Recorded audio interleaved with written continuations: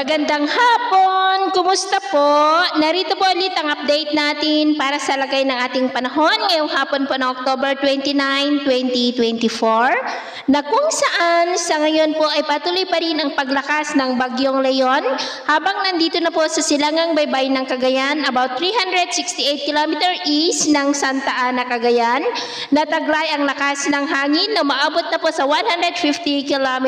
per hour. Gaya po ninyong nakikita ay nagkakaroon na po yan ng mata indikasyon na lumalakas na yan at posibleng ngayong gabi ay lalakas na yan bilang super typhoon habang papalapit po sa mga isla ng extreme northern Luzon at ang intensity peak nito ay posibleng aabot sa 230 kilometers per hour bukas po ng gabi habang nandyan sa silangang baybayin po ng Batanes at posibleng itataas ang wind signal number 4 hanggang number 5 sa mga isla po ng extreme northern Luzon sa lalo pa na paglapit at paglakas ng Bagyong Leon at sa Biyernes pa yan makakalabas dito po sa loob ng ating area of responsibility.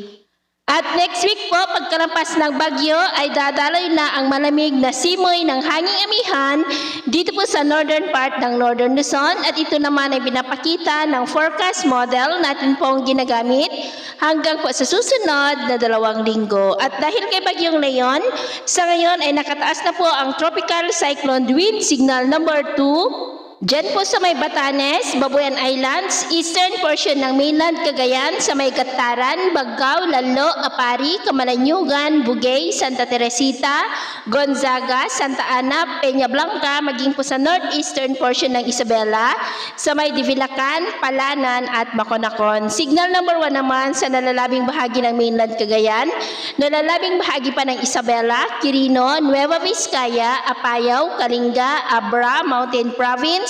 Ifugao, Benguet, Ilocos Norte, Ilocos Sur, La Union, Aurora, maging po sa northern portion ng Quezon, kasama na pong Polillo Islands, sa may General Nakar, Infanta, Real, maging po sa may Camarines Norte, the eastern portion ng Camarines Sur, sa may Tinambak, Siruma, Goa, Lagonoy, San Jose, Garki, Torena, Karamuan, Presentacion, Tigaon, Calabanga, Sagnay, Catanduanes, maging po sa eastern portion ng Albay, sa may Rapu-Rapu, Bakakay, City of Tabaco, Tiwi, Malilipot, Malinaw, Santo Domingo at Manito, maging po sa northeastern portion ng Sorsogon, sa may Prieto Diaz, City of Sorsogon at Gubat. At sa nalalabing bahagi po nating bansa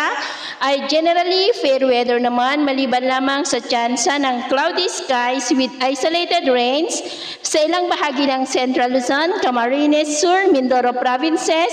Northern Palawan, Western Visayas, Leyte, Samar, Northern Mindanao, Caraga at ilang bahagi ng Davao na posibleng magtuloy-tuloy ang mga isolated rains sa ilang bahagi nating bansa hanggang mamayang gabi, lalo na po dito sa Northern Luzon. Kaya mag-ingat po tayo sa mga banta pa rin ng mga pagbaha at pagguho ng lupa. At sa atin naman pong mga baybayin, huwag na po muna tayong papalaot sa silangang baybayin po ng ating bansa mula po sa extreme Northern Luzon seaboard ng Cagayan hanggang po sa seaboard ng silangan ng Mindanao dahil ang mga alon po dyan ay posibleng aabot hanggang po sa 5 to 8 meters height. Kaya hanggat maaari ay huwag na muna tayong papalaot dyan sa mga may kulay pula para po mas makaiwas sa mga sakunang pangkaragatan. So ito po ang latest update natin sa araw na ito.